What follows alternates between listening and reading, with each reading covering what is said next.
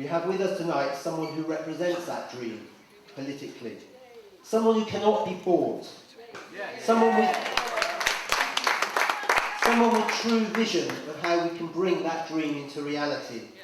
Please welcome the future Prime Minister of Britain, Jeremy Corbyn.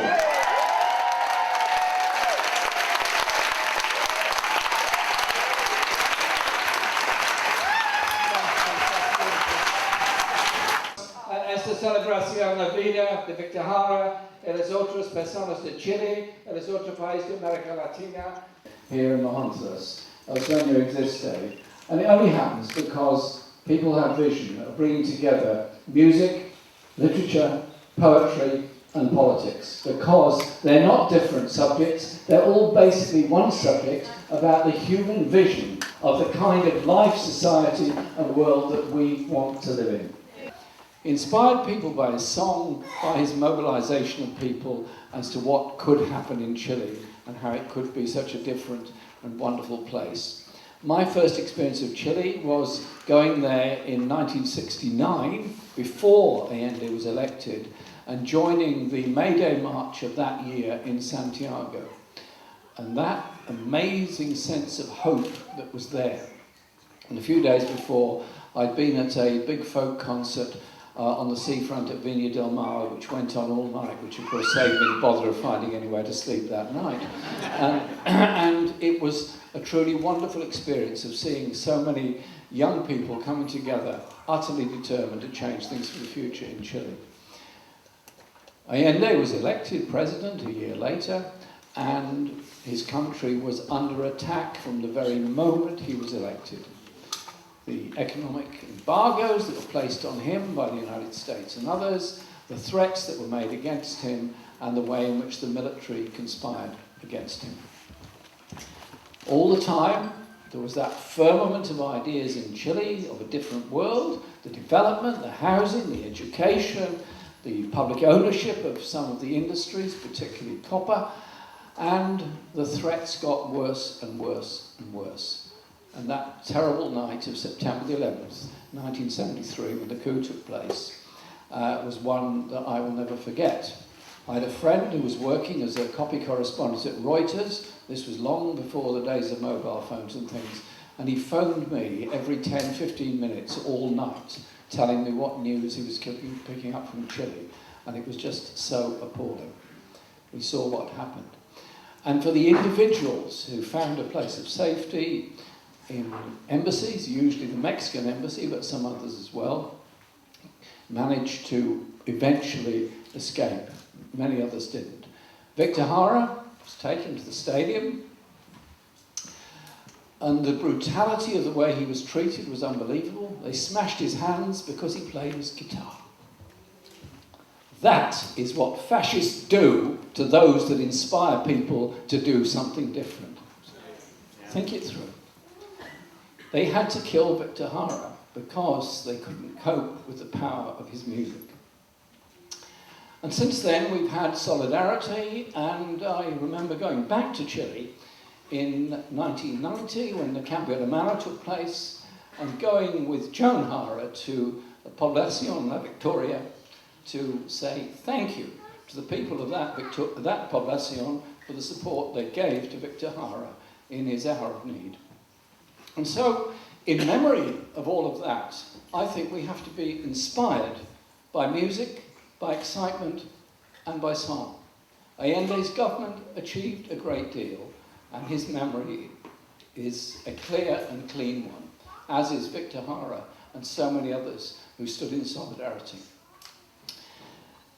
Now we have issues all around the world. Issues of human rights and justice, issues of hope and inspiration. And those that died in Chile also suffered in Argentina and other places. Operation Condor took the lives of 25,000 people in the southern cone of Latin America during that horrendous period. But people fight back in lots of ways for some kind of different world. And so music, song, poetry, ideas actually all go together. Because essentially what Victor Jara was saying was, collectively, we can achieve things. Individually, we might achieve something at the expense of somebody else. And so it is about inspiring the collective. And that is what I find so inspiring about the music of Victor, but also the music of Latin America. The human rights abuses that have happened in Mexico for so long can go on no longer. And the people are crying out for a government that's serious about challenging human rights abuses and serious about challenging corruption and serious about challenging the grotesque levels of inequality that exist in Mexico. And so his inauguration was something very interesting and very special. And what was even more surprising, but perhaps not surprising when you think of his background, was that he was the first ever Mexican president to be welcomed by the indigenous communities of Mexico in the Zocalo after he'd been inaugurated as president. And I found that a deeply moving experience to see that event taking place. I wish AMLO well. I wish the people of Mexico well.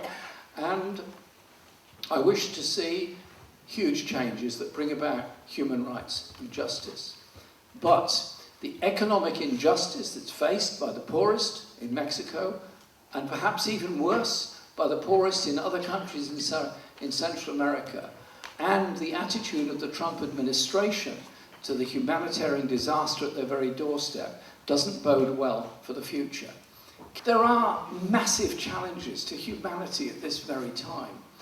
It doesn't take a genius to understand that we cannot go on polluting this planet in the way that we do. We cannot go on pumping pollutants into the atmosphere, rendering areas arid and useless, or destroying natural life in so many ways, or causing global warming through carbon dioxide being pumped into the atmosphere.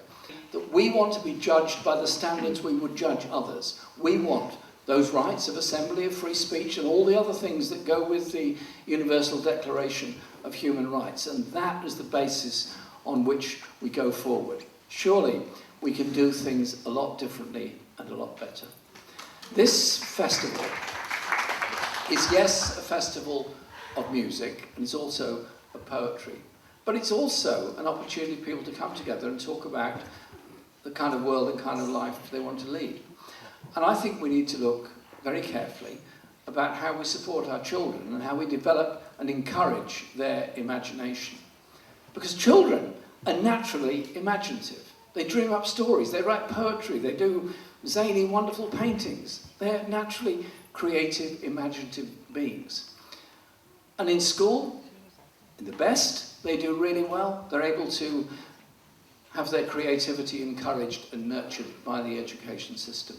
At their worst, it gets driven out of them and they don't develop in that kind of imaginative way. We end up with league table-itis, over-competitive education system. In the 21st century, we've got a challenge of environmental disaster to face, which we've got to face together. But we also have social injustice and inequality on a massive scale that also has to be challenged. And that, surely, is something we're all very determined to do. So let's recognise the power of the collective and create that society where you do respect human rights, you do respect the diversity, and you do recognise that it's in all of us to care for everyone else, and that we should have an education system that doesn't relegate people, young people, to some kind of secondary standard of service because they haven't got the abilities that others have got, or recognise we're there for everybody at all times. It's that kind of collective society which is a strong society.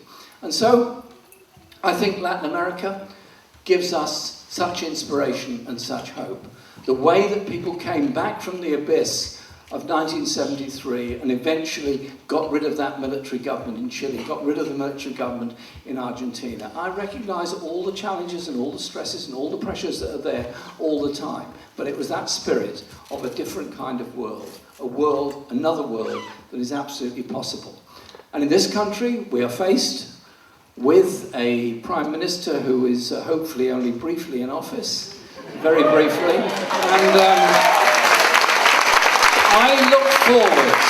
I look forward to the chance to stop the idea of a no-deal exit at the end of October, and I look forward to the chance of an election in this country in which the mainstream media will be forced, on the broadcast media anyway, to give equal time to all parties, which I really doubt we get at the present time, and that the people as a whole will be able to have that debate and that discussion about the kind of society and kind of world that they want to live in. And I'm utterly determined that we will take that message out there all over the country of how things could be done so much better and so differently. So, in memory of Victor Jara, Salvador Allende, and so many others, and in recognition of what they suffered and the plight that others have suffered, let's put out an international message of peace, of justice, of solidarity, of environmental sustainability. Let's put out